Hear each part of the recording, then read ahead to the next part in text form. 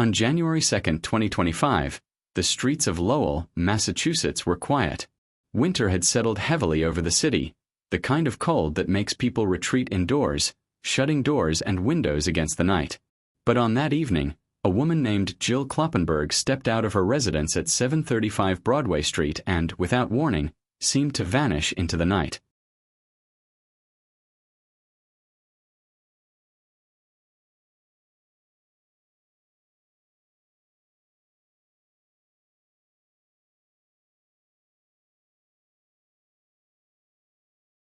Jill was 47 years old. She wasn't a household name, not the kind of person who drew the spotlight in her everyday life, yet to the people who knew her, she was unforgettable.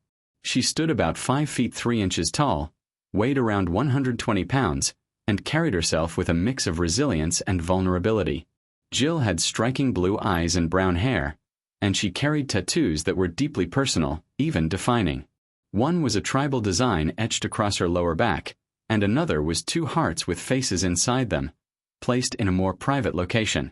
These tattoos weren't just decorations. They were identifiers, marks of a life lived with stories of its own. At the time, Jill was living in temporary housing with roommates. It wasn't glamorous. Temporary housing often isn't. It comes with challenges, compromises, and sometimes a rotating cast of faces you only half know or half trust. But it was a roof over her head and a place she could return to, which is often more than many others can say. The roommates who saw her that night, or in the days leading up to it, probably didn't imagine they were witnessing her final known moments in the world. The truth is, we don't know exactly why Jill left that night. Did she have plans? Was she stepping out to meet someone? Or was it simply a walk to clear her head, an impulsive moment to escape the tension of close living quarters? People disappear for many reasons, but the fact that her absence stretched into weeks without explanation is what makes her case so haunting. Lowell itself is an old mill city, filled with narrow streets, brick buildings, and a population that mixes long-term locals with transient communities.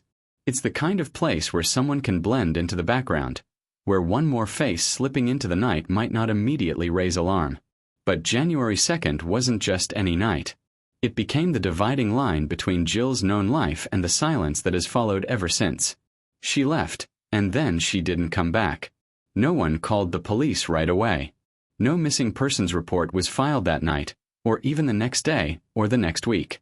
It wouldn't be until February 26, 2025, nearly 2 months later, that she was officially reported missing. That gap alone is enough to set off alarms. Why did it take so long? In missing person cases, the first 24 to 48 hours are critical, because evidence is fresh, memories are sharper, and leads are easier to trace. 2 months, on the other hand, can erase footprints, scatter witnesses, and bury answers beneath layers of time and misdirection. So what was happening in those weeks between January 2nd and February 26th?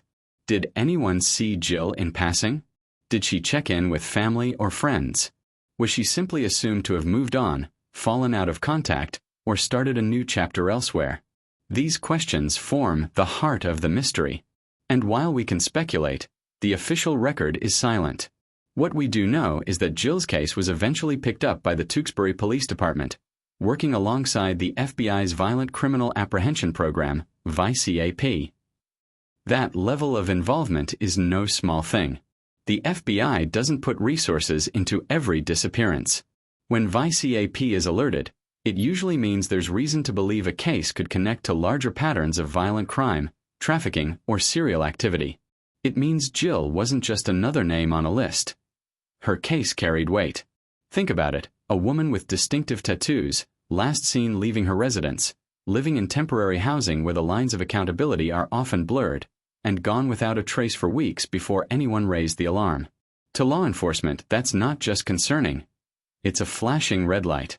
Her tattoos became one of the most important aspects of her description in official bulletins. The FBI didn't just note them in passing. They highlighted them. A tribal design on the lower back. 2 hearts with faces inside them on the inner groin. Tattoos are identifiers that can survive even when names are forgotten, when stories are lost, and in darker cases, when someone is reduced to just physical remains. Investigators leaned heavily on these details, hoping that someone somewhere might recognize Jill through them. The cold January night she walked away feels almost cinematic in hindsight. A woman stepping into the winter air, a street lamp casting its pale glow, the silence of a neighborhood more concerned with the next day than the movements of one resident. Maybe she was bundled in a coat. Maybe she carried nothing at all. Maybe she expected to return in minutes.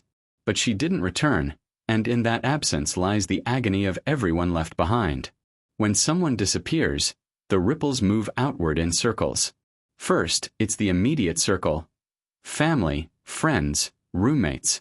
They notice the missing face, the empty space. Then it's the outer circles. The community, law enforcement, eventually the media. In Jill's case, those ripples took longer to reach the surface. 2 months passed before the wider world was even told she was gone. By then, opportunities for easy answers were already slipping away. What makes this case especially chilling is the silence. There's no public record of phone calls made by Jill, no sightings that have been verified, no trail of financial activity that points to her movements. She simply stepped out and became a question mark. And yet, people don't just vanish. Someone saw her. Someone knows more. The world leaves traces. Cameras, receipts, conversations. But so far, the traces in Jill's case are either hidden or erased. The question that hangs over episode 1 is the simplest one. Why? Why did Jill leave that night? Why was she gone so long before anyone said something? And why, in a world where surveillance is everywhere and communication is constant, has no one been able to bring her back? Her case forces us to think about vulnerability in everyday life. Jill wasn't a child, though child disappearances often dominate the headlines. She wasn't elderly. She was in the middle of her life, balancing struggles and resilience like so many others. And perhaps that made her invisible to the systems meant to protect her. The silence between January and February is more than just time. It's a void filled with unanswered questions. Did Jill leave with someone she trusted? Did she walk straight into danger? Or did she simply step into the night, unaware that it would become the last anyone would see of her? This is where episode 1 ends. The night she walked away. The moment when a life became a mystery.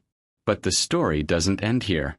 In episode 2, we'll explore the missing month, the FBI's involvement, and the questions that turned Jill's disappearance from a personal tragedy into a federal case. Because the real story of Jill Kloppenburg isn't just that she vanished. It's that for nearly 2 months, the world didn't even notice.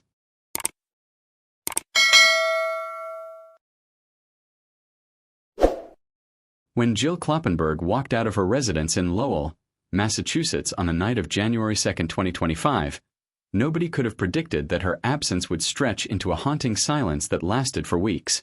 What makes her case especially disturbing isn't just that she disappeared, but that nearly 2 months passed before she was even reported missing.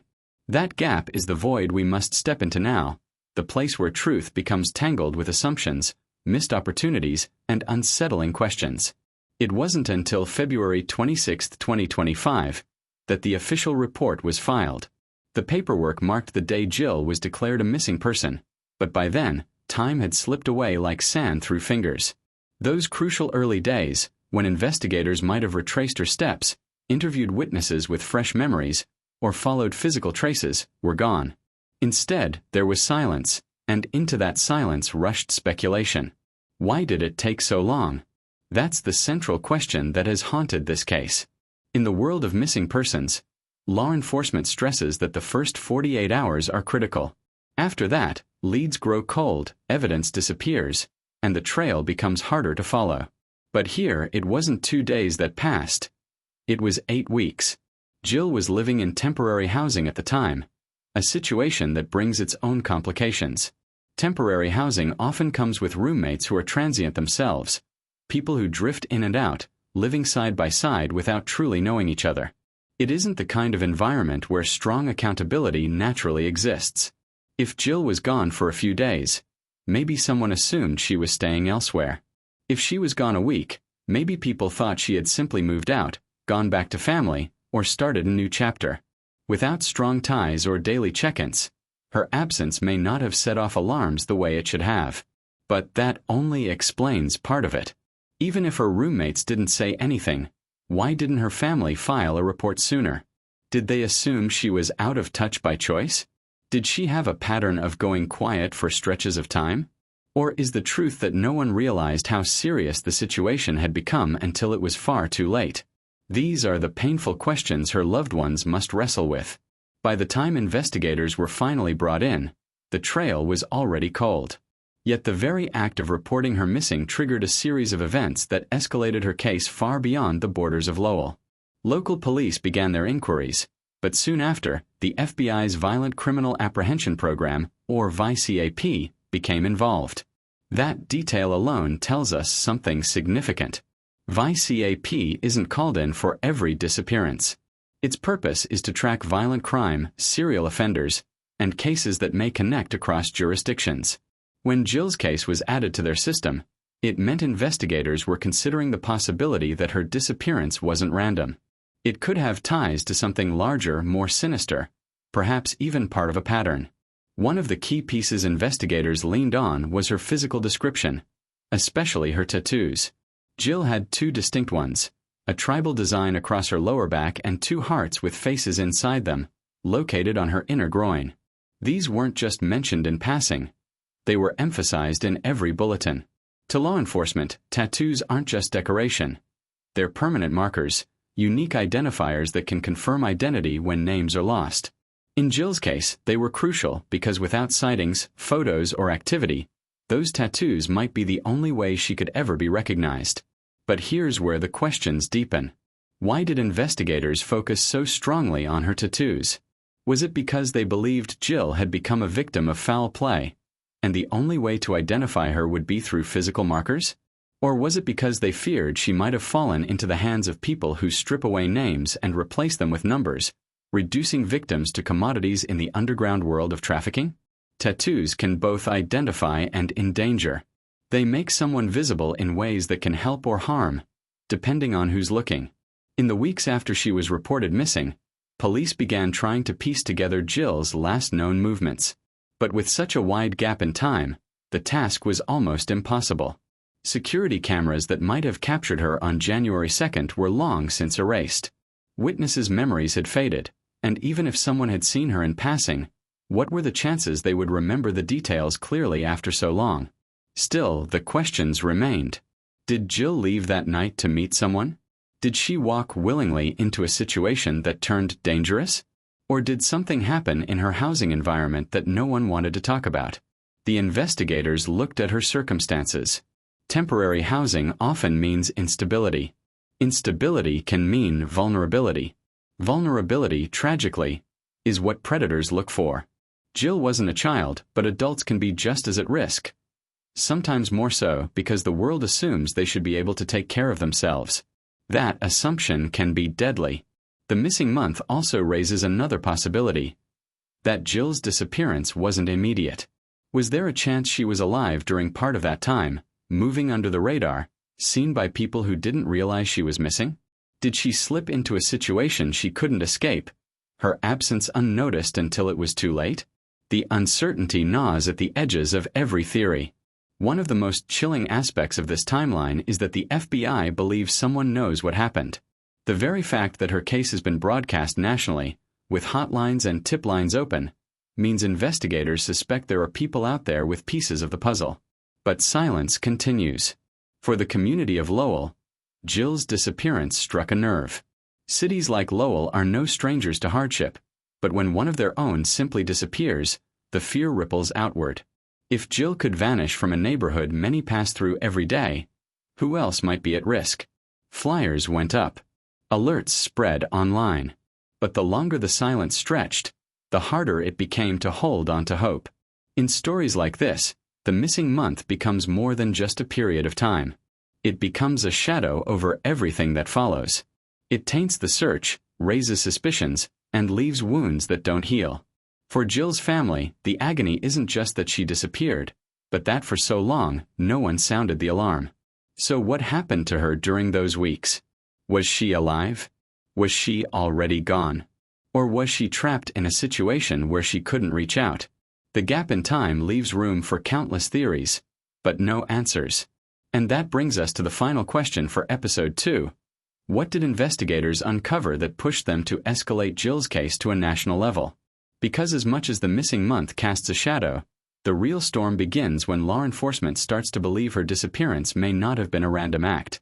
In Episode 3, we'll look at the theories that surround Jill's case.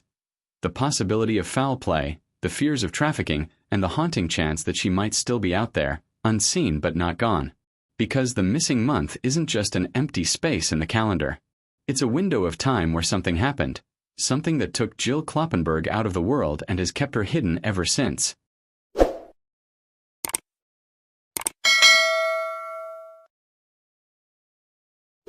By the time Jill Kloppenburg's disappearance became official on February 26, 2025, the chances of an easy resolution had already slipped away.